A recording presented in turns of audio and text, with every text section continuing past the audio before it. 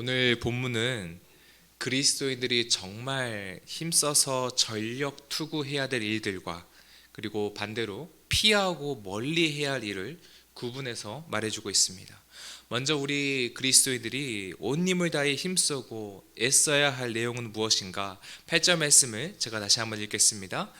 이 말이 미쁘도다. 원하건대 너는 이 여러 것에 대하여 굳세게 말하라. 이는 하나님을 믿는 자들로 하여금 조심하여 선한 일을 힘쓰게 하려 함이라. 이것은 아름다우며 사람들에게 유익하니라.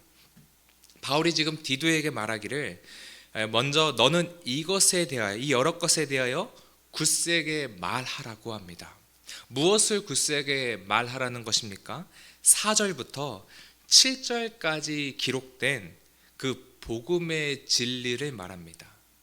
하나님이 누구이신지, 하나님이 어떤 일을 이루셨는지, 우리가 어떠한 사람이었는데 이런 우리에게 얼마나 놀라운 은혜가 주어졌는지 이 복음의 은혜를 굳세게 외치라는 것이죠.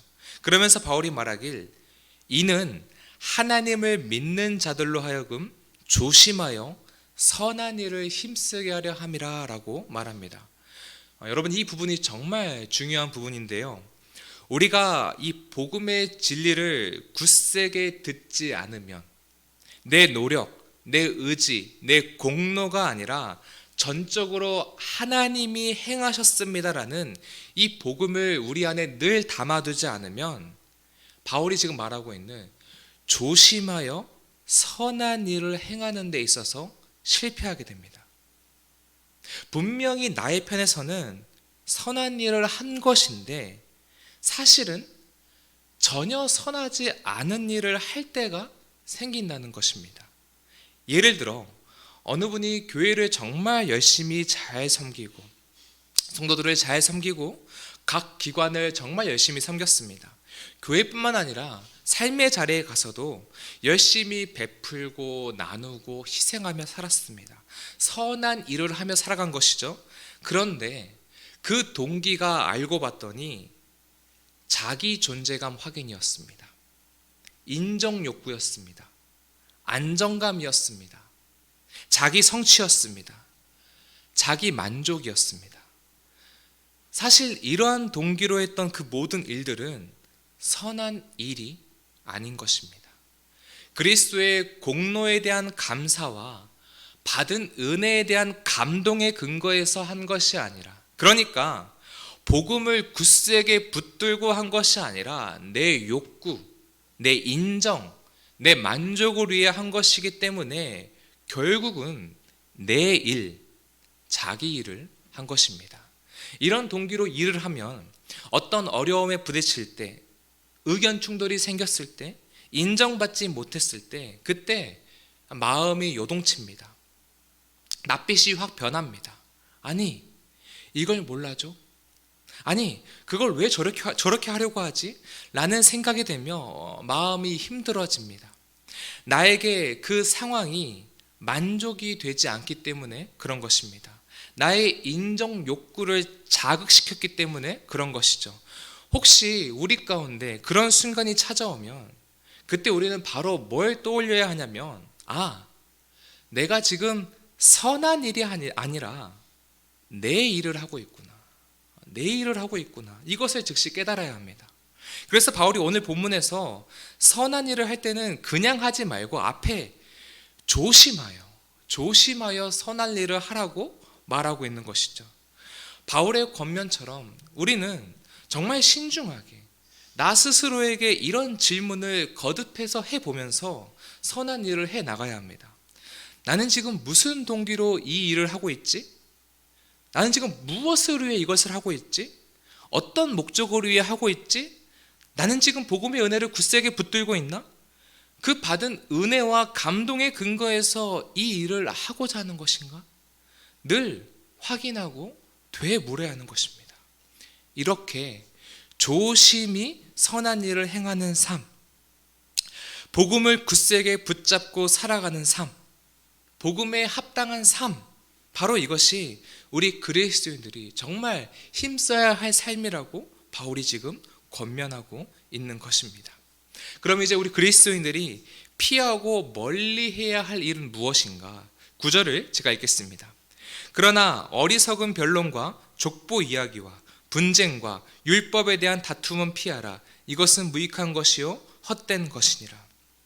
한마디로 요약하면 복음과 반대되는 그릇된 가르침을 전하는 거짓 선지자들을 피하고 멀리하라는 것입니다.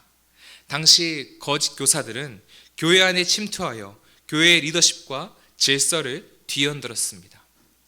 순수하게 예수님을 알고 싶어서 하는 질문이 아니라 복음에 오류가 있다고 우기기 위해서 변론과 논쟁을 일삼았습니다. 그리스도 안에서 모든 율법이 완성되었다는 바울의 가르침에 대적하면서 믿음 하나만으로는 부족하고 구약의 율법도 행해야지 구원을 받는다라는 이런 이단적인 가르침도 퍼뜨렸습니다. 여러분, 만약 우리 교회 공동체 안에 이런 그릇된 가르침을 퍼뜨리는 자가 있다면 교회는 어떻게 대처해야 할까요? 10절에서 바울은 한두 번 훈계한 후에 멀리하라라고 말하고 있습니다.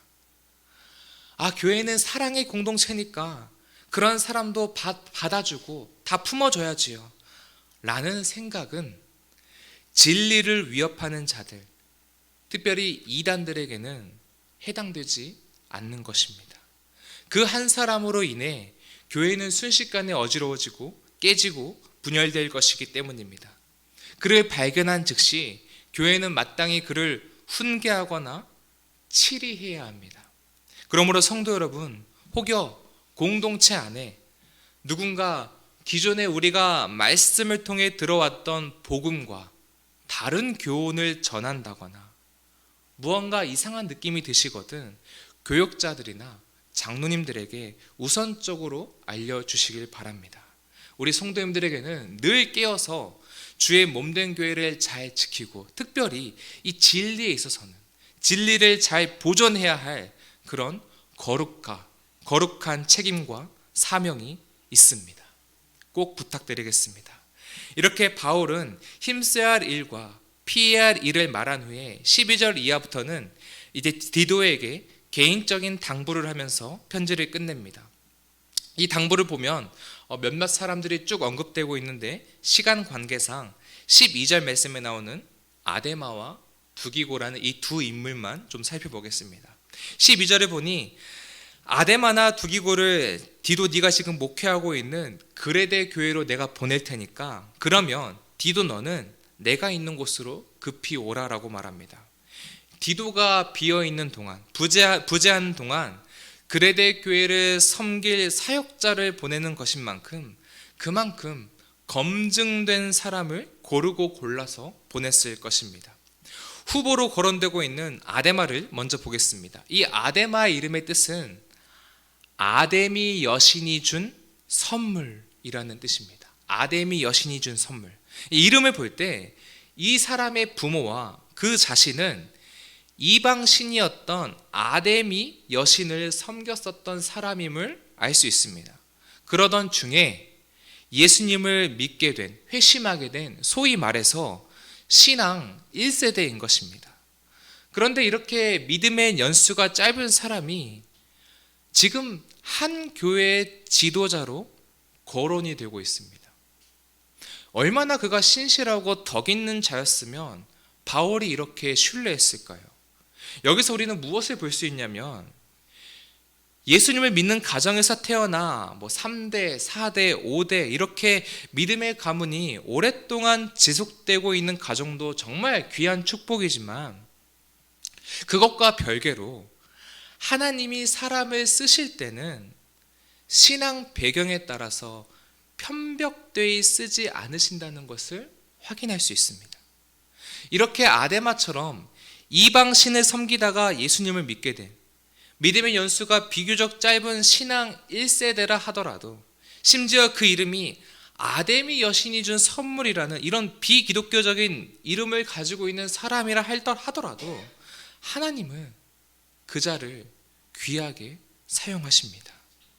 그러므로 사랑하는 성도 여러분, 여러분의 가정이 믿는 집안이 아니다, 신앙생활의 연수가 짧다, 뭐 기독교를 믿기 전에 다른 종교를 믿었었다. 괜히 그런 것들에 컴플렉스를 갖고 계시지 마십시오. 괜히 그런 것 때문에 위축되지 마십시오. 하나님은 그런 배경을 초월하여 여러분을 이 아데마처럼 사용하실 것입니다. 그래서 여러분을 아무 조건도 보지 않고 하나님의 자녀로 불러주신 것입니다. 다음 후보는 두기고인데요. 이 사람은 누구인가? 다른 성경의 기록들을 보면 바울이 누군가에게 오해를 받아서 바울을 변론해야 될 때 파송됐던 사람이 바로 이 두기고입니다. 그만큼 바울의 신복과 같은 사람이자 바울이 무슨 말을 해도 끝까지 믿어주고 그를 변호해주고 이해해 주었던 사람입니다. 성도 여러분, 교회 안에서 우리가 서로가 서로에게 이 두기고와 같은 존재가 되어준다면 얼마나 신앙생활이 행복하겠습니까? 저 사람은 나를 있는 그대로 받아줄 사람이고 남들은 오해하고 나에 대해서 안 좋은 말을 할지라도 저 사람만은 내 마음을 이해해주고 내 편이 되어주고 믿어줄 사람이다. 이런 존재가 한 명만 있다면 우리의 마음이 든든할 것입니다. 그러므로 성도 여러분, 여러분이 먼저 누군가의 성도님들에게 이 두기고와 같은 존재가 되어주시길 바랍니다. 그 성도님의 편을 좀 들어주시고 맞다고 하고 인정해 주시고 마음을 헤아려 주십시오. 또한 아데마처럼 공동체와 사역을 믿고 맡길 만한 충성스럽고 덕 있는 일꾼이 되어주시길 바랍니다. 그러한 모습으로 우리 미랄의 공동체를 안정감이 느껴지는 그런 정말 하나님 나라와 같은 공동체로 만들어 주시길 부탁드립니다. 주님께서는 여러분의 그 애쓰는 모습을 8절에 지금 기록되어 있는 조심하여 선한 일을 힘쓰는 그런 복된 모습으로 받아주실 것입니다. 기도하겠습니다. 사랑의 하나님, 은혜와 사랑을 감사합니다. 바울의 권면처럼 늘 복음을 굳세게 붙들고 조심하여 선한 일을 힘쓰는 자녀 되길 원합니다. 또한 아데마와 두기고처럼 공동체에 안정감을 주고 신뢰감을 주는 자녀 되길 원합니다. 주님, 나의 존재가 그런 복된 존재 되도록 은혜 베풀어 주시옵소서. 그렇게 인도하실 주님을 기대하오며 예수님의 이름으로 기도드립니다.